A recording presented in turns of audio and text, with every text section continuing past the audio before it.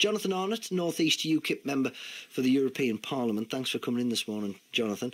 What specifically are you offering voters here in the North East, outside talking about immigration in the EU? OK, well, let's start with our policy of no tax on minimum wage, raising the income tax threshold to make sure that nobody working a standard week on minimum wage is paying a penny piece in income tax. That, we think, is something which is saying that we reward those people who are working hard. Another of our policies is direct democracy, the idea that people should be able to call a referendum on key issues that matter to you. So we take power from the politicians and give it back to the people. Are people hearing your other policies? Well, I think that's what we're trying to do at the moment, isn't it? You know, people know. I mean, people know what we stand for in the European Union. People know what we stand for in immigration. And of course, you know, at the start of this interview, the comments that you made were on those issues. You come here, and you know, when you ask me about what we stand for, I'm going to talk to you about no tax on the minimum wage. I'm going to talk to you about another $3 billion a year for the NHS. I'm going to talk about direct democracy. I'm going to talk about our policy on education. I'm going to talk about getting more apprenticeships. I'm going to talk about these things because actually I think what UKIP offers is a package that is designed to make a difference for people and give hard-working people a helping hand. But is it a pain in the neck being hamstrung almost by single issues that you've almost been famed for?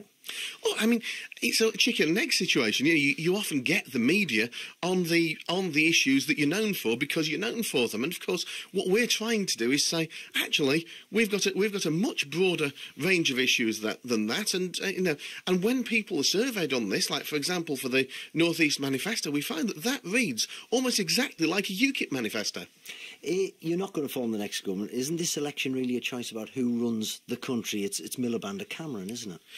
Look, we've got a first-past-the-post electoral system, so actually, across the North East, in most of the constituencies, we're the real challengers to Labour. Some of these constituencies haven't had anything other than a Labour MP for decades. Labour have become complacent, they're taking those seats for granted, and you know what? There's a party in town that is actually coming here and challenging the Labour Party in their heartland. That can only be good for democracy. But second is nowhere under our first-past-the-post system, is it? It's failure, basically, isn't it? Look, you get into second place, and then from second place, you then go to win the next time around. And actually, there are some of the seats this time where we've got a sneaky feeling we're going to do very well indeed, and we just might spring that little surprise on election night. Do you think a handful of MPs will enable UKIP to play kingmaker at a coalition, or even to influence anything in Parliament? Look, in a hung parliament, of course, you've got plenty of influence, even with a small number of MPs, and we hope that we'd do a little bit better than that. But it's not about coalition. You know, the Lib Dems sold their soul to go into coalition.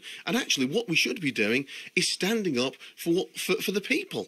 And we should be prepared to be critical, whether it's Conservatives, whether it's Labour. If they do the right thing, you support them, and if they do the wrong thing, then you don't support them. And that's much, much more honest and open than going into a coalition. Let's turn to the economy, the EU as well. This is what former Labour Prime Minister Tony Blair said on Tuesday about what would happen if we have a referendum on EU membership. Have a listen. There would be the most intense period of business anxiety, reconsideration of options and instability since the war. The Tory campaign, I hear talks of chaos should Labour win.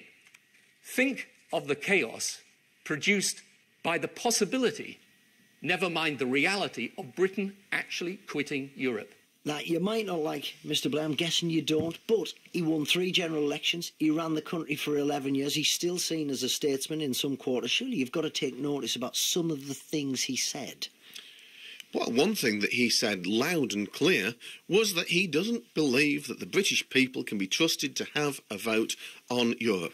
Now, I believe that in these situations, the people that you must trust are the British people, and you know, and the idea that we don't have chaos when people have different views, and it's been an issue that's been on the table for a number of years. Actually, all you do by not having a vote is you postpone that chaos, and you keep having that uncertainty for decades.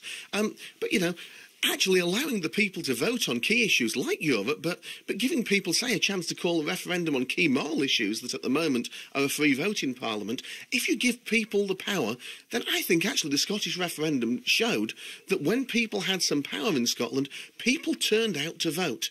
And actually, I think that that is something which could only be positive for democracy. It's very, very sad to see Tony. We don't start to roll out votes on everything, do we?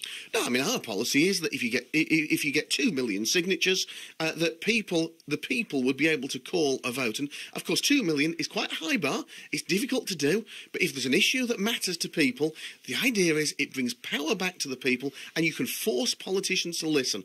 That's something that doesn't happen at the moment, and maybe that's why there's such a disconnect between people like Tony Blair and the people in the street. Thanks very much, Jonathan Arnott, in the studio for you this morning from UKIP.